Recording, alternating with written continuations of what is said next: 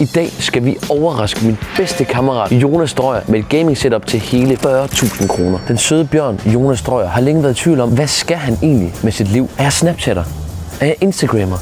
Er jeg YouTuber? Men Drøyer, han nævnte nemlig her den anden dag, at hans største drøm, det var at blive streamer. Og så tænkte Dengofar, det skal jeg hjælpe med. Så jeg ringede til Michael fra Shark Gaming, som var mere end klar på at give drømmesetupet til Drøyer. Men det helt store spørgsmål er, hvordan overrasker vi Drøyer, uden at han har nogen som helst anelse om, hvad der skal ske? Det her er Dengofars ultimative masterplan. Det er måske lidt for comedy-agtigt.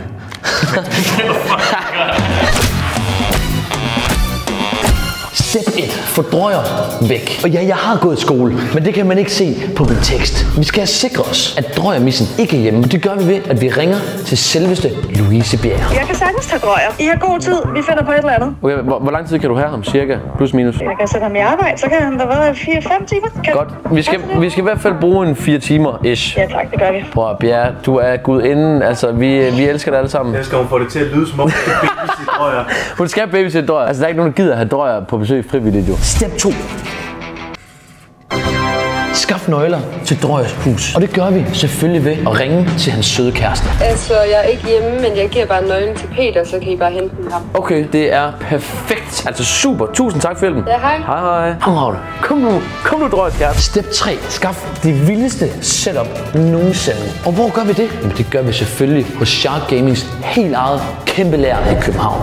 Så velkommen. Shark Gaming lager. Jeg ved ikke, hvor stort det er, men jeg kunne forestille mig, altså, at det var gigantisk, ligesom min slong. Jeg glæder mig så meget, og jeg ved ikke, om Michael han er derinde, det er jo chefen. Men han sagde, at hvis han ikke var der, så skulle vi tage en af de andre medarbejdere, en af hans kollegaer. Og jeg håber faktisk, at Michael han ikke er der, fordi jeg tror godt, vi kan overtale en af de ansatte til lige skrue lidt op for budgettet. Nu går vi ind, så ser vi, om der er ikke noget brormand, anden vi kan overtale. Der er holy moly peberkvær. Jeg tror, at du lige der skal hjælpe mig. Yes. Kan du det? Det kan jeg sagtens. Det kan du? Er det rigtigt? Skal have fundet, ikke bare noget, der er godt, skal have fundet the shit. Men hvad har du af sådan en computer, og sådan, hvor er vi henne? Der er for rigtig mange penge. Det kan jeg jo godt lide. Jeg kan godt lide mange penge. Men her er sådan 5.000, 6.000. 6.000? Det er jo madpakke, altså det er mindre end min madpakke. Det er godt nok. Vi skal højere. Hvad har du til mig? Kom med ham. Vi skal overraske her. Du kender mig Drøyer. Ja, jeg kender godt Drøyer. Og han vil gerne være Danmarks største streamer. Så kræver det også, at han har Danmarks største setup. Og vi bliver nødt til at repræsentere Shark. Det her, det er okay, det er noget af en bevægning. Så er jeg sådan lige været i7. Ej, vi skal op. Altså, jeg har hørt, der findes noget i8, i9, halløj. Det gør der sikkert. Altså, det er jo Drøyer. Lasse er lige ude og lede efter bæstet over alle bæster. Så han er gået ud på det store lager. Jeg har aftalt nogenlunde budget med Michael. Men Michael er her ikke. Hvad sker der? Der kommer altså, han kan næsten ikke løfte Lasse. Vi har fundet en helt stor her. Hvad er det for en bevægelse der? Det er en lige med 40-90. Ja tak. Godt Lasse.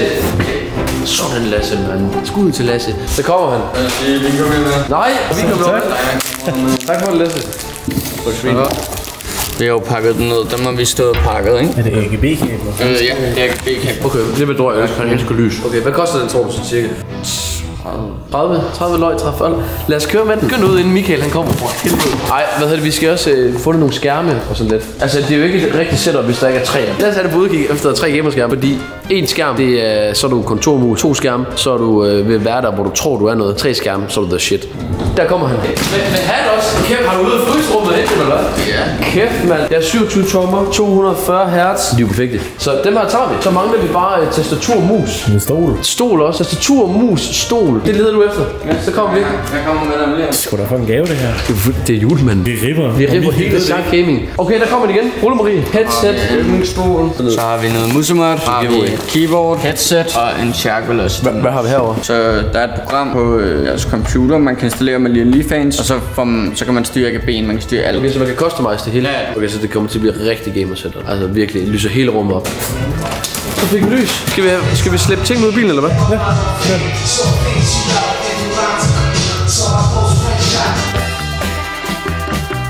Det er jo så her, det helt store problem opstår. Fordi allerede nu, når vi kigger på de ting, vi skal have med i vores mikro-seter, så er det et problem. Men så tager vi den her bavian ud. Der er mig. Jeg vil ellers mene, at vi er relativt skarpe. Men når vi laver sådan en beslutning her, så tænker jeg så lidt, hvor er vores hjerne hen, Johannes? Og der må jeg sige, det er også dig, der er dum. Vi er begge to dumme her. Du bliver nødt til, Johannes, blive her. Nej, du kan. Jeg filmer selv for nu. Der er ikke plads til dig. Hun strander mig i Glostrup. Åh, kraft! Men du bliver glad for det her, Nord, så højere. Jeg kender ikke mere. Hvad er det her? Prøv, skub. Sådan der. Ja, det var fordi, jeg åbnede låget. Nu kan vi godt lukke. Prøv lige at lukke. Næsten luk. Vi skal have dem herovre. Det kan den ikke, Roman. Nej. Watch me! Nej, du er nødt til at sidde med den. Kom nu, jeg gider ikke sidde med den. Jeg vil ikke. Okay, vent. Jeg kan jo ikke sidde sådan her. Det kan jeg jo ikke. Altså, jeg vil gerne lige høre, hvad... Ej, jeg kan ikke drikke vejret, hvor det ser det her, mand.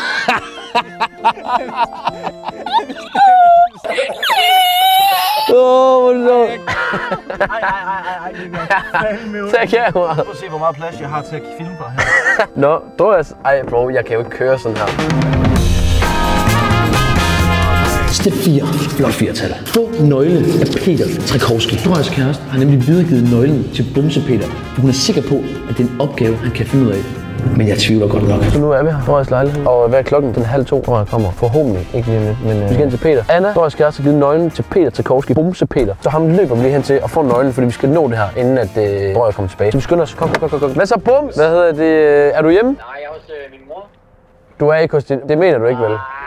Og jeg skulle lige til at slå dig ihjel. Det er typisk Peter en prank altid. Godt, vi kommer og henter den nu, så vi ses om 2 minutter. Det er godt. Hey! Prøv at se en idiot. Og tak, det er Anna, der har givet nøglen. Det her det er nøglen, og vi har fucking travlt. Ja, det har jeg faktisk. Hvor er Drøjer? Jeg ved ikke, hvor Drøjer han er lige nu. Nå. Jeg var hjemme hos Louise. Ja, jeg tror, han er hjemme Louise. Der er under 2 timer til Drøjer kommer. Lad os skynde os hjem til ham. Kom.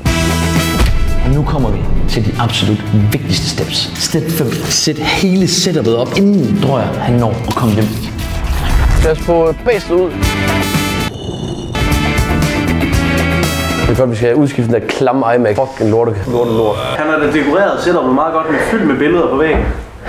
Gutterne, take the L for Jeppe Ølgaard. Lad os få Big Daddy op her. Lugter af gylde. Er der det skidt? Sikkert.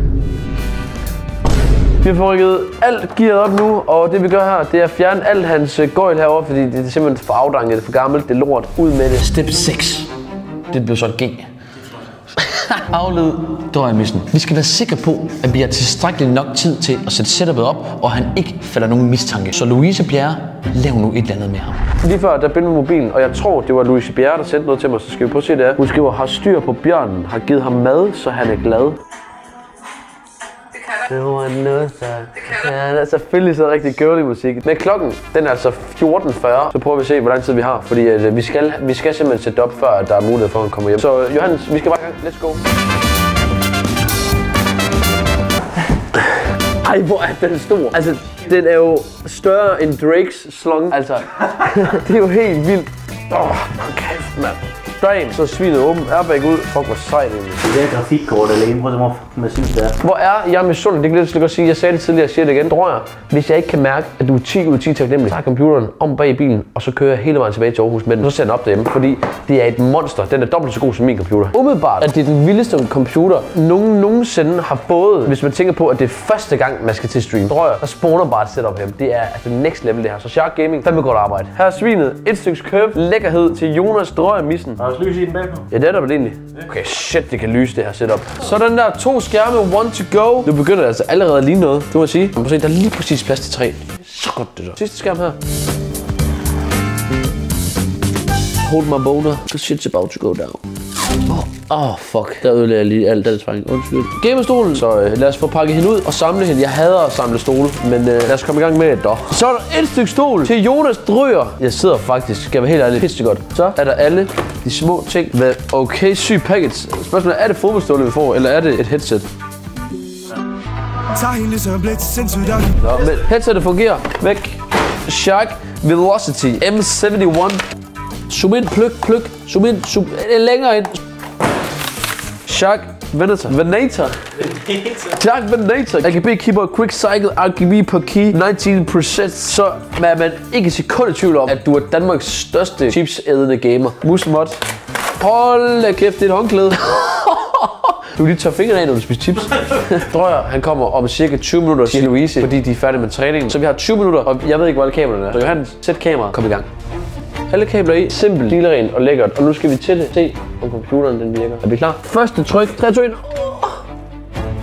Det ser helt ærligt sygt ud. Drøjer, han kommer om cirka 10 minutter. Det er godt ud af det der. 10 minutter kommer han. Lad os fjerne det her monstrum. Hvad siger tiden? Hvad siger tiden? Shit, han kommer 5 minutter. Og jeg er så spændt på at se Drøjers reaktion. Det sidste step, nemlig nummer 7. Overrask Drøjer med det magiske setup. Drøjer-missen, han er altså, jeg tror han er dernede nu, cirka ish. Vi skal skynde os ned, så han ikke når at komme hen til døren først. Jo, han har ingen anelse om vi er her. Er vi med? Men så står vi her. Ja, han er her ikke endnu. Så venter vi til han kommer. Jeg er næsten lige så nervøs som dengang vi gav til Pete. For jeg ved, hvor meget det betyder for Bjørn Drøjer. Louise. Hvad så prøver han? Fuck, du ser skarp. Hvad sker du ser godt ud? Du har næsten samme outfit på som sidst. Prøv at se, hvad der sker, bro. Nej, faktisk, Drøjer. Det der sker i dag, det er fordi du har hjulpet mig. Fordi du er min bedste ven. Jeg er bedre ven end Peter Tregorski. Ja, fuck Peter. Og derfor, jeg siger ikke, Drøjer, at jeg har en overraskelse til dig. Jeg har været oppe i din lejlighed lidt. Men oppe i lejligheden, og du skal gå stille ind. Så længe det ikke er noget med slanger, høns eller edderkopper. Det værste er, jeg ved ikke om jeg skal glæde mig, eller jeg bare har lyst til at løbe den anden vej. Et menneske på jorden, man ikke har lyst til at lukke ind i sin lejlighed, derfor i Stingo. Bjørn Drøjer. Er du klar til det, elskede? Nej, du går på. Okay. Det er shit på. Jeg er faktisk fucking nervøs. Okay, der er mere pop end... Det var Anna. Det var pop. Okay, shit. Okay. Hvad fuck sker der? Ej, det er jo fuldstændig sindssygt. Altså, jeg ved ikke. Du snakker om at være Danmarks største streamer.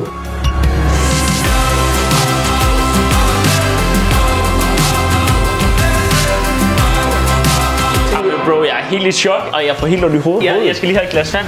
Bro, hvad fuck sker der? Jeg ved ikke, hvad jeg skal gøre selv. Shit, og man. computeren, ikke også? Det er ikke bare et fusionmaskine, det er et monster. Du tror, jeg fatter den ikke. Og det værste er, at jeg får sådan en helt hovedpine lige nu. Det mener jeg seriøst. Fuck.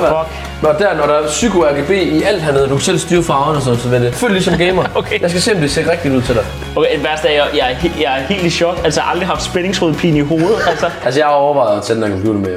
Det får du ikke lov til. Når jeg bliver Danmarks største streamer, Bjørn rammer Twitch, så er der ikke noget at sige. Det gør han. Tror I derude, at Drøjer han bliver Danmarks største streamer? Mit gæt er nej. Så jeg håber, at du kommer til game og være en ged. Hvad med sådan noget antivirus? Det bruger man her, altså. Fucking jerndød mus. Bro lever i 1990. Har I bare jo stikket alt ude ved Shark Gaming? Ja, vi gik bare på ladet, så sagde jeg skal have det der dig. Så vi snakkede med den fucking søde mand, der hedder Lasse. Han var kæmpe fan af YouTube og det hele. Og så sagde jeg finder bare det bedste, jeg har. Klasse. Du ved sådan her. Tusind tak. Sådan tak. Og et lille bonusstep, nemlig step 8. Sig ordentligt tak til guderne fra Shark Gaming, der har gjort det muligt for Bjørn Drøjer at blive Danmarks største streamer. Og hvis du også vil have lidt lækkert gaming gear, så gå dog ind på sharkgaming.dk og skab noget love derinde. Og Michael, beklager, vi lige gik en lille smule over budget på den her computer til Drøjer, men må ikke det går. Tak for det, Michael.